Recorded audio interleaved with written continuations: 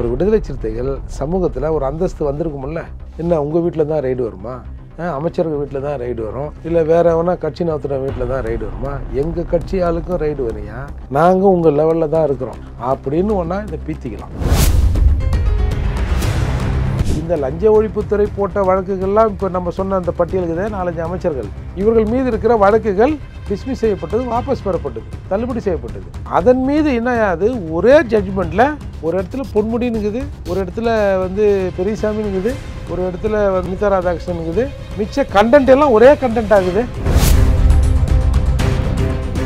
மார்ட்டினோட சொத்துங்கிறது வரவு செலவு கடன் இதெல்லாம் கழிச்சோம்னா கிட்டத்தட்ட 7000 கோடிங்க. 7000 கோடி ஒரு தலைமுறையில். அதாவது மார்ட்டின் அவர்கள் 1988 தான் இந்த பிஸ்னஸை ஸ்டார்ட் பண்ணுறாங்க. இன்னைக்கு 2024, கிட்டத்தட்ட ஒரு 30 வருடங்கள். 30 வருடத்தில் ஒருத்தன் 7000 கோடி நியாயமாக சம்பாதிக்க முடியுமா? முதல்வர் ஒப்புதல் இல்லாமல் அரசு வழக்கறிஞர் போக முடியாதுல்ல. ஏற்கனவே முன்னாள் அரசு வழக்கறிஞராக இருந்தவர், அப்புறம் அந்த பீரியட் முடிஞ்ச பிறகு அவர் தனியாக தொழில் பண்ணார், அவர் இஷ்டம் போல போகலாம். அரசின் தலைமை வழக்கறிஞருக்கு போக முடியுமா? போறாருன்னா அப்போ யார் அமைச்சது? அவ்வளவு நெருக்கம். அதாவது ஒரு கிரிமினல் ஒரு நாட்டின் முதல்வரோடு, ஒரு முதல்வர் குடும்பத்தோடு அவ்வளவு நெருக்கமாக இருக்கிறாருன்னு நான் சொல்ல வரேன். இன்னைக்கு அவங்க வீட்டில் இருக்கிறவங்க ஆளுக்கு ஒரு கட்சியில் இருக்காங்கல்ல, இப்போ அது ஒன்று போதாதான்? அந்தந்த கட்சியில் எப்பா என்ன நம்ம கட்சியை பார்த்தீங்க நம்பாலியா?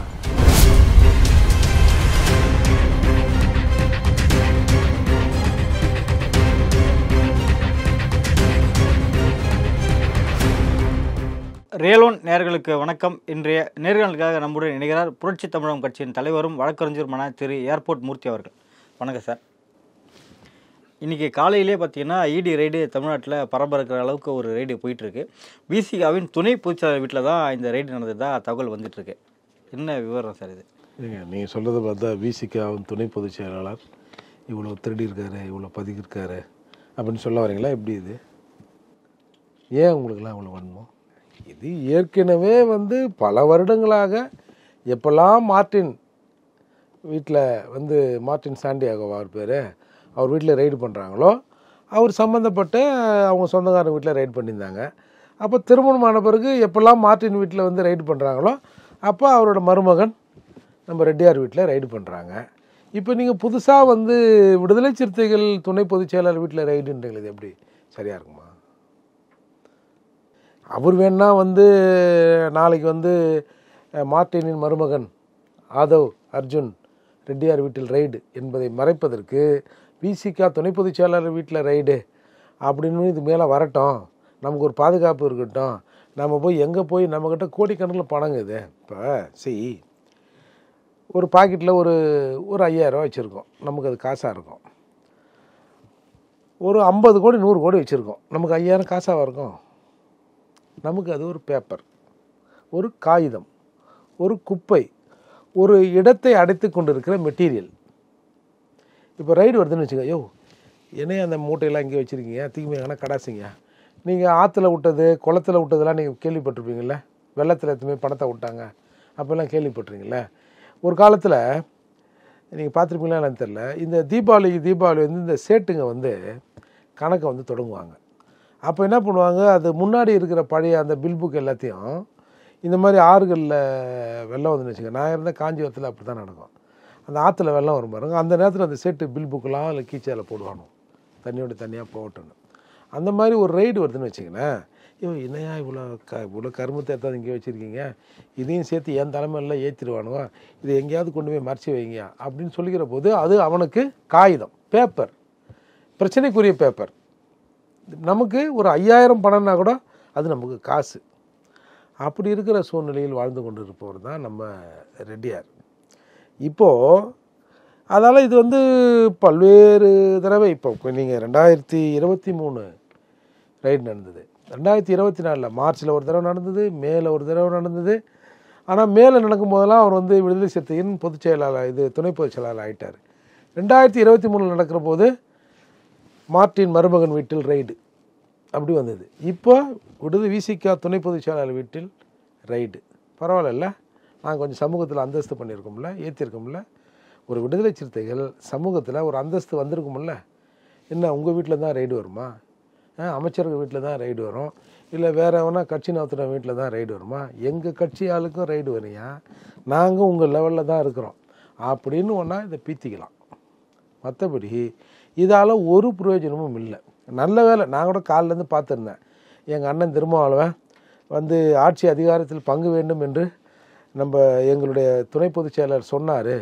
இதை பொறுத்து கொள்ளாத மத்திய அரசும் மாநில அரசும் சேர்ந்து, இல்லை மாநில அரசை விட்டுருவார் ஏன்னா அவங்க கோச்சிப்பாங்கன்னு, மத்திய அரசு இந்த கொள்கைக்கு எதிராக அவர் வீட்டில் ரெய்டு பண்ணி ஜனநாயக குரல் வலையை நசுக்க பார்க்குது. நாங்கள் பிஜேபி நாங்கள் பட்டியல் சமூகத்திலேருந்து ஆட்சி அதிகாரத்தை நோக்கி போவதை தடுக்க பார்க்குது. ஏன் நாங்கள்லாம் வந்து எங்கள் அண்ணன் பிசிக தலைவர் துணை சிஎம்மாவோ டெப்டி சிஎம்மாவோ சிஎம்மாவோ ஆகக்கூடாதா அப்படின்னு ஒரு உன்னதமான கோரிக்கையை கேட்ட ஆதவ் அர்ஜுனை அந்த குரல் வழியை நசிப்பதன் மூலமாக ஒட்டுமொத்த பட்டியல் சமூக மக்களுக்கும் பிஜேபி எதிராக இருக்குது அப்படின்னு ஒரு அறிக்கையை கொடுத்தாலும் கொடுப்பாரு அப்படின்னு நான் காலிலேருந்து பார்த்துன்னு தான் இருந்தேன். இன்னும் வரலை.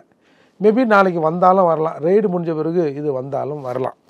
இது இப்போ இன்றைக்கி இருக்கிற ரெய்டுங்கிறதுங்க, இது வந்து ஒரு நீதிமன்ற தீர்ப்பின் அடிப்படையில் இன்றைக்கு நடத்தப்படுது. உங்களுக்கு தெரியும், நம்ம திமுக ஆட்சி ஏற்ற உடனே பொன்முடி ஒரு லேண்டாக அவங்க மாமியார் பேரில் நம்ம கோர்ட்டுக்கு பின்னாடி ஸ்ரீராம் நகரில் வாங்கியிருந்தார். அது கிட்டத்தட்ட ஒரு 10-13 வருடங்களாக நடந்து கொண்டு இருக்கிற கேஸ். அது லஞ்ச ஒழிப்புத்துறை தான் அந்த கேஸை போட்டிருக்காங்க. அந்த கேஸ் இவங்க ஆட்சிக்கு வந்த உடனே அந்த கேஸ் திரும்ப பெறப்பட்டது. அதே மாதிரி பொன்முடி மீது, அதே மாதிரி இன்னொருத்தர் நம்ம அனிதா ராதாகிருஷ்ணன், அப்புறம் இன்னொரு பெரியசாமி, யாரோ ஒரு அமைச்சர் பெரியசாமி, ஆமாம், ஒரு 4-5 பேர் மேலே, அதாவது லஞ்ச ஒழிப்புத்துறை ஒரு சார்ஜ் ஷீட்டை போடுறாங்க, ஒரு விசாரணை பண்ணி ஒரு ஃபைனல் அறிக்கையை கொடுத்து எஃப்ஐஆர் போட்டு ஒரு ஃபைனல் அறிக்கையை நீதிமன்றத்தில் கொடுத்துட்றாங்க. அது சம்மந்தமாக விசாரணை நடக்கும்.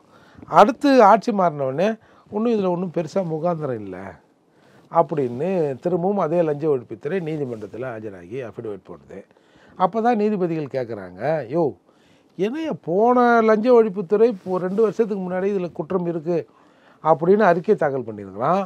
இன்றைக்கி வந்தவன் வந்து இதில் குற்றம் இல்லை, இதை ஃப்ரேமா பேசி இல்லை அப்படின்னு நீங்கள் வந்து ஒரு அறிக்கையை தாக்கல் பண்ணுறீங்க. அப்போ இதில் ஏதோ இன்ஃப்ளூயன்ஸ் ஆகிருக்கு அப்படின்னு தான் இந்த லஞ்ச ஒழிப்புத்துறை போட்ட வழக்குகள்லாம் இப்போ நம்ம சொன்ன அந்த பட்டியலுக்கு 4-5 அமைச்சர்கள், இவர்கள் மீது இருக்கிற வழக்குகள் டிஸ்மிஸ் செய்யப்பட்டது, வாபஸ் பெறப்பட்டது, தள்ளுபடி செய்யப்பட்டது. அதன் மீது என்ன ஆகுது, ஒரே ஜட்ஜ்மெண்ட்டில் ஒரு இடத்துல பொன்முடினுக்குது, ஒரு இடத்துல வந்து பெரியசாமினுக்குது, ஒரு இடத்துல வந்து அனிதா ராதாகிருஷ்ணனுக்குது, மிச்ச கண்டென்ட் எல்லாம் ஒரே கண்டென்ட் ஆகுது. அப்போ தீர்ப்பை மொத்தமாக எழுதிட்டு ஃபில்லிங் த பேங்க்ஸ் மாதிரி, இப்போ நீங்கள் ஒரு ரெண்டல் அக்ரிமெண்ட் போகிறோன்னு வச்சுங்க, இன்னும் இதெல்லாம் கேட்க மாட்டான். சார் உங்கள் பேர், உங்கள் வயசு, உங்கள் அட்ரஸ்ஸு, எந்த வீடை வாடகை விட போகிற அட்ரஸ்ஸு, எவ்வளோ ரெண்ட்டு, இதை மட்டும் கொடுங்கம்மா. அப்படியே கம்ப்யூட்டரில் அந்த ஃபார்மேட் இருக்கும். டக்குன்னு மூர்த்தியா, கண்ணனா, கோதண்டமா, டக்குன்னு அங்கே அடிப்பான், சன்னாப்பான், அட்ரஸ் அடிப்பான், ஒரு 2 நிமிஷத்தில் பிரிண்ட் அவுட் எடுத்து கொடுத்துருவான். இந்த ரெண்டல் அக்ரிமெண்ட்.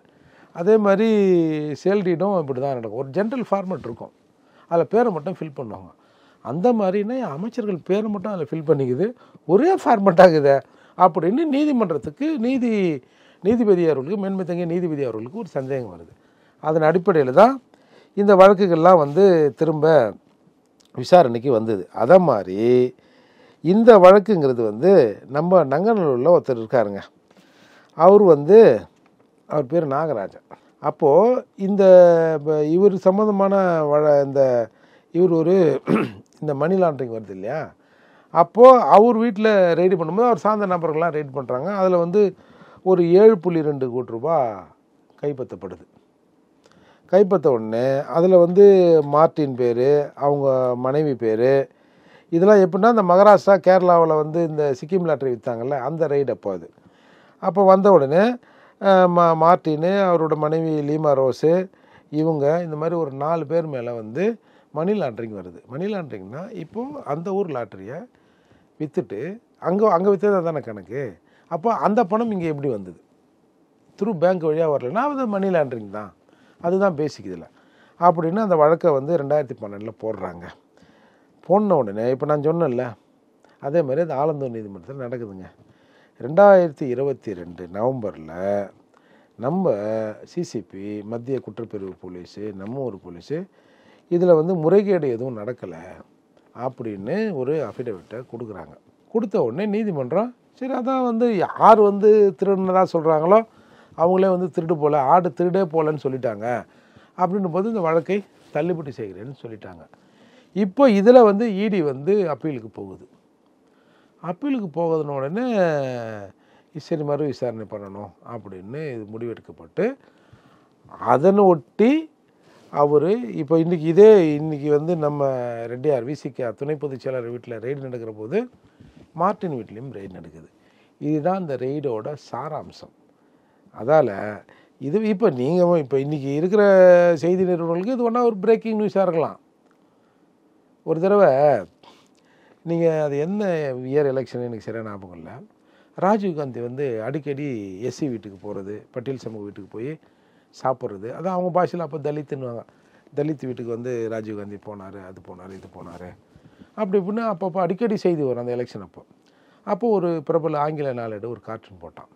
ஒரு பையன் பெட்ஷீட் போத்தின்னு படுத்துன்னு இருப்பான். அவங்க அம்மா போய் எழுப்போம், ஏய் பாரேன் யார் வந்துக்கிறான், அடப்போம்மா ராஜீவ்காந்தி தானே வந்துக்கிறாரு அப்படின்னு அந்த பையன் சொல்லுவான். அந்த மாதிரி இந்த ரைடுங்கிறது இவங்களுக்கு சர்வசாதாரணம். அதாவது மார்ட்டினோட சொத்துங்கிறது வரவு செலவு கடன் இதெல்லாம் கழிச்சோம்னா கிட்டத்தட்ட 7000 கோடிங்க. 7000 கோடி ஒரு தலைமுறையில். அதாவது மார்ட்டின் அவர்கள் 1988 தான் இந்த பிஸ்னஸே ஸ்டார்ட் பண்ணுறார். இன்றைக்கி 2024. அதில் ஒரு 88னா அதில் ஒரு 10, இதில் ஒரு 20, கிட்டத்தட்ட ஒரு 30 வருடங்கள். 30 வருடத்தில் ஒருத்தன் 7000 கோடி வந்து நியாயமாக சம்பாதிக்க முடியுமா? இந்த சீட்டு கம்பெனிலாம் நடத்துகிறானே அவன் வந்து அப்பாவிகளை ஆசையை தூண்டி ஏமாற்றி சீட்டு கம்பெனி எடுத்துக்கின்னு ஓடுறவன்லாம் இருக்கிறான். நம்ம மார்ட்டின் சிக்கிம் கவர்மெண்ட்டை ஒரு கவர்மெண்ட்டே ஏமாத்துறாரு. இப்போ மார்ட்டின் மீது சிபிஐ வழக்கெலாம் இருக்குன்னா சிபிஐயாக வந்து பிடிச்சிடல, சிக்கிம் கவர்மெண்ட் சொல்லுது இது எங்களால் விசாரிக்க முடியாது, இது பல ஸ்டேட்டுகளில் இந்த ஊழலை இவர் செஞ்சுருக்காரு, இந்த ஸ்கேமை இவர் செஞ்சுருக்காரு, அதால் இவர் சம்மந்தப்பட்ட வழக்குகளை சிபிஐ விசாரிக்கணும் அப்படின்னு சிக்கிம் கவர்மெண்ட்டு தான் போகுது. அதன் அடிப்படையில் தான் அவர் மீது வந்து இன்றைக்கி வந்து இந்த மாதிரியான விஷயங்கள் நடந்துன்னு இருக்குது. அதால் இது ஒன்றும் பெருசாக புதுசு இல்லை. அவர் கோயம்புத்தூரில் இருக்கிற அந்த துடியூரில் இருக்கிற இடத்த மார்ட்டின் இடம் எல்லா இடத்துலையும் ரைடு வருது. இப்போ அவரும் அதை பற்றி ஒன்றும் கவலைப்படுத்துறாரு. முதல் தடவை போலீஸ் ஸ்டேஷனுக்கு போனால் தானேங்க எங்கே உட்காருது எங்கே நிற்கிறதுன்னு. இப்போ ரெகுலர் இந்த குற்றவாளிலாம் இருக்கான்ல அவங்களாம் போலீஸ் கூப்பிட்ட உடனே என்ன பண்ணுவோம், ஒரு சிலர் ஜட்டி போடாமே போவான். ஏன்டான்னா என்ன போனால் ஜட்டியோட இல்லை பேண்ட்டை வருன்னுவாங்க, ஜட்டி போடலன்னா பேண்ட்டோடு இருந்துக்கலாமில்ல. அதுக்கு அந்த மாதிரி இவர் வந்து ஒரு சர்வீஸான கிரிமினல். அதால் இவருக்கு வந்து இன்னும் ஒரு பெரிய இது பாதிப்பெல்லாம் ஏற்படுத்தாதுன்னு தான் நானும் பார்க்குறேன். இப்போ நீங்கள் ஏற்கனவே ரெய்டு பண்ணப்போலாம் 2019 டு அதாவது ஒரு 457 கோடி பாருங்கள். நமக்கு ஒரு 450 கோடிங்கிறதே நமக்கு பதட்டமாயிடுது. அவர் 7000 கோடி வச்சுருக்காருல, அப்போது அதற்கான அசட்டை வந்து அரசு வந்து அட்டாச் பண்ணுது சிக்கிம் கவர்மெண்ட்டுக்கு அந்த கேஸில். அது என்னென்னா ஒரு 900 கோடியை சிக்கிம் கவர்மெண்ட்டுக்கு லாஸ் பண்ணியிருக்காரு. சிக்கிம் கவர்மெண்ட்டில் லாட்டரியை விட்றாங்க, அந்த லாட்டரியை கொண்டாந்து கேரளா மற்ற ஸ்டேட்டில் அவர் விற்கிறாரு.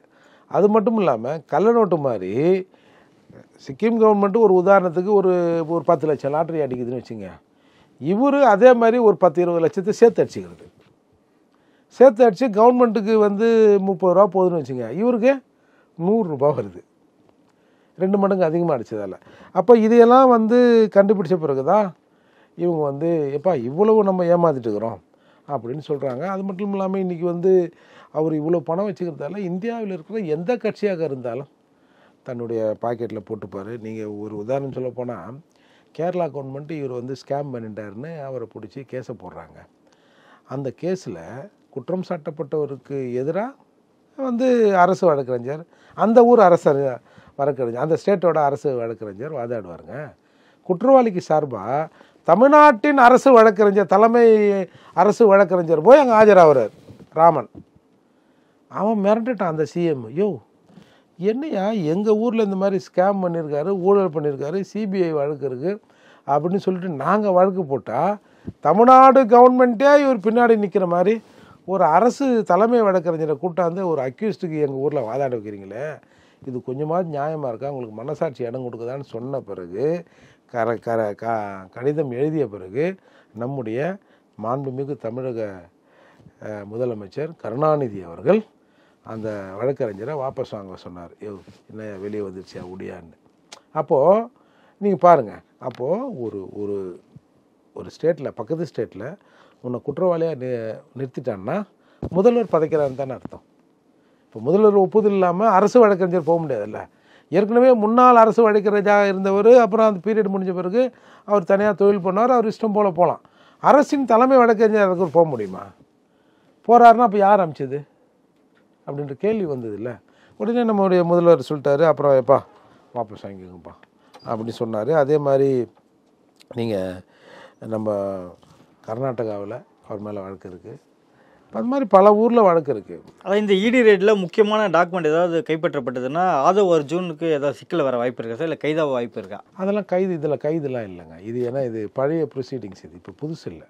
அதாவது இடி ஒரு டாக்குமெண்ட் ஏதாவது அழிச்சார், இல்லை ஒரு ஆதாரத்தை அழித்தார். இல்லை, இடியை பொறுத்தவரை இவங்க விசாரணைக்கு ஒத்து போனால் நீதிமன்றத்தில் கொண்டு போய் கொடுத்துருவாங்க. இப்போ செந்தில் பாலாஜியை கூடங்க ஒரு இரவு முழுக்க விசாரித்தாங்க, அவரை கைதாக பண்ணாங்க. நீ விசாரணைக்கு வாயான்னு சம்மன் கொடுக்குறான், சம்மனை நான் வந்து வாங்க மாட்டேன், கைது பண்ண மாட்டேன், நான் வரமாட்டேன் ஆஃபீஸ்க்குன்றார். அப்போ தான் நீ அரெஸ்டியா வாயா அப்படின்றாங்க. அதால் இவங்க வந்து விசாரணைக்கு ஒத்துழைச்சி போனாங்கன்னா ஒன்றும் பெருசாக இதில் அரெஸ்ட்டு காட்ட வேண்டிய அவசியம் அவங்களுக்கு இருக்காது. ஏன்னா அது மட்டும் இல்லாமல் இது ஒன்றும் புது கேஸ் இல்லைல்ல, ஏற்கனவே பண்ண கேஸ் தானே. அதால் இப்போ புதுசாக யாரும் வந்து இவர் வந்து 2012 கேஸ் போட்டாங்க, அப்போ போட்டாங்க, இப்போ போட்டாங்க, இப்பயும் திரும்பியும் லாட்ரி விற்கிறாரு அப்படின்னு ஒன்றும் பெருசாக போடல. இப்போ நம்ம ஊரில் கூட தான் லாட்ரி விற்கிது, இவருங்க நினச்சா போடலாம். ஆனால் இவங்க எப்படி போடுவாங்க? அதான் தேர்தல் பத்திரம்னு வந்தது இல்லை. இந்தியாவிலேயே வந்து அதிகப்படியாக கிட்டத்தட்ட ஒரு 1368 கோடியை தேர்தல் பத்திரம் வாங்கியிருக்காருல இவர். அப்போ அது எல்லாத்தையும் 1368 கோடி எல்லா கட்சியும் தானே கொடுத்துருப்பாரு. கட்சி வேறுபாடுனா அது எல்லா நோட்லேயும் காந்தி தானே, அதெல்லாம் எல்லாரும் வாங்கி வச்சுக்கினாங்க. இப்போ அதிகபட்சமாக வந்து இந்த தேர்தல் பத்திரத்தில் பணம் கொடுத்ததை இவங்க நடத்துகிற இந்த future gaming and hotel private limited தான் கொடுத்துருக்காங்க. இதில் வந்து நம்ம போய் இவர் தப்பு இவர் பொய் அப்படிலாம் சொல்ல முடியாதுல்ல. இது வந்துங்க இது சிபிஐயே திணறக்கூடிய வழக்கு தானுங்க. இது கிட்டத்தட்ட வந்து அவங்க சிக்கிமில் சிபிஐ விசாரணை வேண்டி ஒரு 30 கேஸ் போட்டாங்க. அதில் வந்து அவங்க அந்த கவர்மெண்ட் சொல்கிறது என்னென்னா 4300 கோடி ரூபாய் இவர் ஃபேக்காக எங்களுக்கு பண்ணியிருக்காரு அப்படின்னு அர்த்தம். ஒரு கவர்மெண்ட்டையே இப்படி ஏமாத்துறாங்கன்னா அப்புறம் மற்றவங்க என்னென்னா, அதால் இது ஒன்றும் பெரிய ஒரு மாற்றத்தை, ஒரு பெரிய ஒரு தாக்கத்தையோ அவங்களுக்கு வந்து அவங்களாம் ஏற்படுத்தாதுங்க. ஏற்கனவே அவ்வளோ கோடிக்கணக்கான சொத்துக்களை வந்து பேன் பண்ணியிருக்காங்க, அதெல்லாம் ஒன்றும் இல்லை. இப்படியெல்லாம் இந்த வழக்குகள் நடக்கிற போது தானே 2012-13 வந்து ஆன்லைன் லாட்ரி ஆரம்பிக்கிறாங்க. அப்போது உங்களுக்கு இந்த சிஸ்டமே எதிராக இருக்குது, இல்லை இங்கே இருக்கிற ஆட்சியாளர்கள் மார்ட்டின் அவர்களுக்கு எதிராக இருக்கிறாருன்னா ஆன்லைன் லாட்ரியில் பின்னாடி அவர் தான் இருக்கிறாருன்னு சொல்கிறாங்கல்ல, அது எப்படி ஆரம்பிக்க முடியும்? அதால் இது நமக்கு ஒரு நாளைக்கு ஒரு நியூஸ். ஒரு தடவை ஜெயலலிதா அம்மையார் இவனா தொடர்ந்து இந்த மாதிரி பண்ணிங்கிறான் அப்படின்னு 2017 மார்ட்டினை தூக்கி குண்டர் தடுப்பு சட்டத்தில் போட்டாங்க. ஒரு குண்டர் தடுப்பு சட்டத்தில் போட்டு ஒரு 8 மாதமாக என்னமோ அவர் உள்ளே இருந்தார். அப்பேற்பட்டவர் கருணாநிதியின் நண்பராகவும் இருந்திருக்கிறார்னுக்கு தான் பிரச்சனை. நீங்கள் பாருங்க, இவ்வளோலாம் நடந்த பிறகும் கருணாநிதி அவர்கள் 75வது படம்னு நினைக்கிறேன், ஏதோ இளைஞனா ஏதோ ஒன்று இளைஞன், அந்த படத்தை வந்து இவர் தானே வெளியிட்டார், வேறு எவனும் இங்கே ப்ரொடியூசரே இல்லை பாருங்கள்.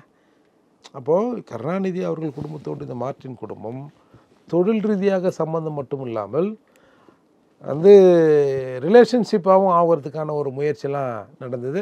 ரிலேஷன்ஷிப்னா சார் பொண்ணு கொடுத்து பொண்ணு எடுத்துக்கலான்ற மாதிரி சார் இவங்க குடும்பத்தில் எங்க கருணாநிதி குடும்பம் தான். இவரோட பொண்ணு தான் ஆதவ் அர்ஜுன் கொடுத்துருக்காருல்ல, அது இப்போ தானுங்க.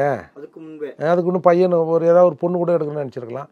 சம்பந்தம் யாருக்கு கொடுக்க ரெடி பண்ண சார்? இவர்கிட்ட பொண்ணு இருக்கு, யாரு பையன் சார்? பையன் 2-3 பசங்க இருக்காங்களா சார்? அவருக்கு 2 பசங்களும் என்ன இருக்காங்க மார்ட்டினுக்கு.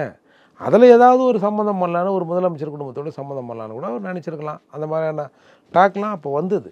இவங்க மகள் வந்து அது லவ் மேரேஜ் தானே. இவர் வந்து ஒரு ஜிம் ட்ரைனரு ப்ளஸ் ஒரு ஸ்போர்ட்ஸ் மேனு, இவர் லவ் மேரேஜ் தானே. அதால் அந்த மாதிரி அதாவது அவ்வளவு நெருக்கமாக இருந்தார்கள் என்பதை நான் சொல்ல வரேன். எங்கள் நிச்சயதார்த்தம் பத்திரிகை எழுதினாங்களா, எழுதி கேன்சல் ஆச்சா கேட்டால் நான் என்ன சொல்கிறது? அவ்வளோ நெருக்கம். அதாவது ஒரு கிரிமினல் ஒரு நாட்டின் முதல்வரோடு, ஒரு முதல்வர் குடும்பத்தோடு அவ்வளவு நெருக்கமாக இருக்கிறாருன்னு நான் சொல்ல வரேன். இன்றைக்கி அவங்க வீட்டில் இருக்கிறவங்க ஆளுக்கு ஒரு கட்சியில் இருக்காங்கல்ல. இப்போ அது ஒன்று போதாதா?